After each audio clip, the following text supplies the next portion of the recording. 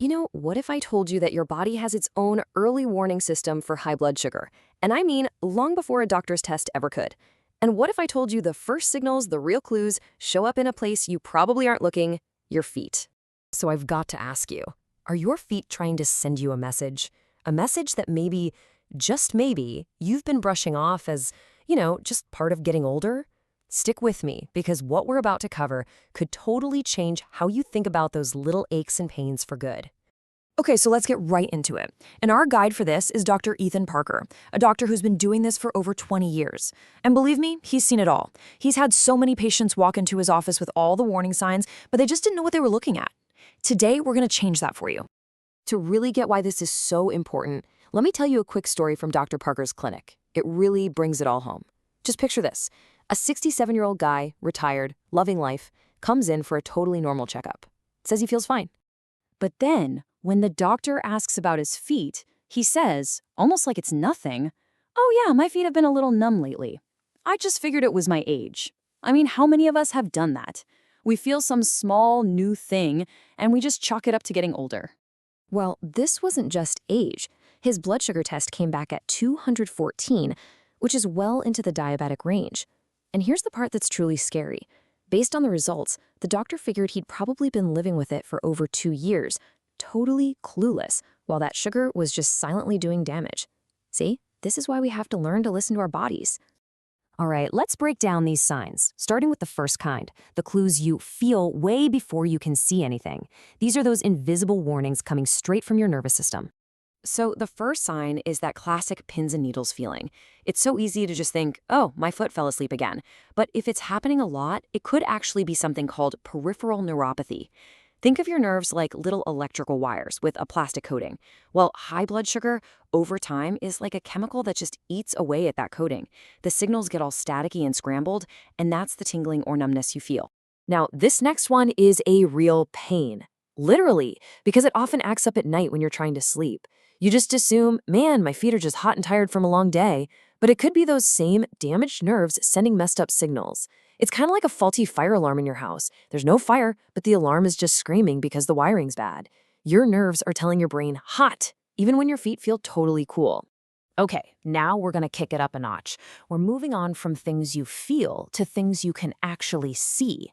And this is where the warnings get way more urgent, because this is all about your blood flow, your body's basic ability to heal itself. Look, anybody can get a blister from a new pair of shoes. That's not the issue.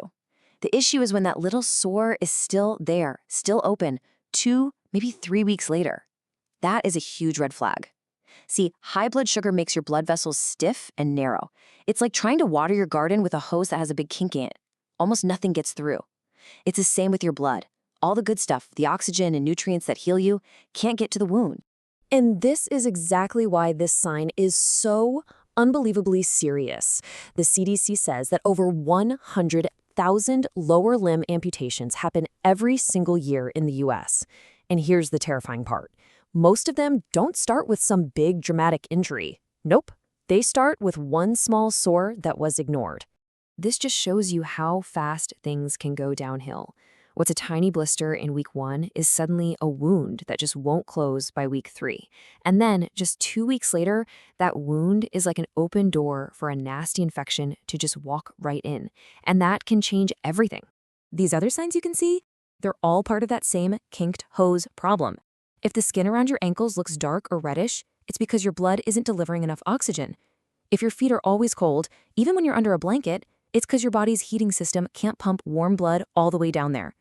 And if you notice the hair on your feet and shins has disappeared, it's like a garden where the plants have withered because the water just isn't reaching them. Okay, we really need to zoom out here for a second. Because what's happening on your feet isn't just about your feet. It's a warning light for some of your body's most important systems, from the nerves that run everything automatically to your kidneys. Oh man, so many people see cracked heels and just grab the lotion. But if those cracks are deep, if they're painful, and they just don't get better no matter what you do, it's probably not a skin problem. It's a nerve problem. High sugar can damage the nerves that tell your sweat glands what to do. So without that natural moisture from the inside, your skin gets brittle and just cracks open, creating another perfect entry point for an infection. And that leads us to swelling. You know, when you take your socks off at night and see those deep lines that just stay there for a while, that could be a sign your kidneys are under stress. Your kidneys are basically your body's water filtration plant. When they get damaged by sugar, they can't filter fluid like they're supposed to. The whole system gets backed up, and all that extra fluid pools at the lowest point, your ankles and your feet. It's a visible sign of a very serious problem inside. Okay, I know we just went over a lot of pretty concerning stuff, but here's the good news. Knowledge is only powerful if you actually use it. So now let's talk about the most important part of all, your super simple 30-second mission that could literally save your health. Really, the biggest thing to take away from all this is hope. The absolute worst thing for doctors like Dr. Parker is seeing people after it's too late, after years of missed signals. But you now have the information they didn't. And the best part is that when this is caught early, it is absolutely manageable for most people. So here it is, your action plan. It takes less time than it takes to brush your teeth, I promise. Tonight, after your shower or bath, just sit down for a second and look. I mean, really look. At the bottom of your feet, your heels, and especially between your toes. Feel for anything different, any new numbness or weird feelings. And if you see anything from this list we talked about, you pick up the phone and call your doctor. Not next week, tomorrow. So, we'll end with this. You've worked your whole life to build the life you have, to be independent. You now have the knowledge you need to protect it. The only question left is, what are you going to do with it?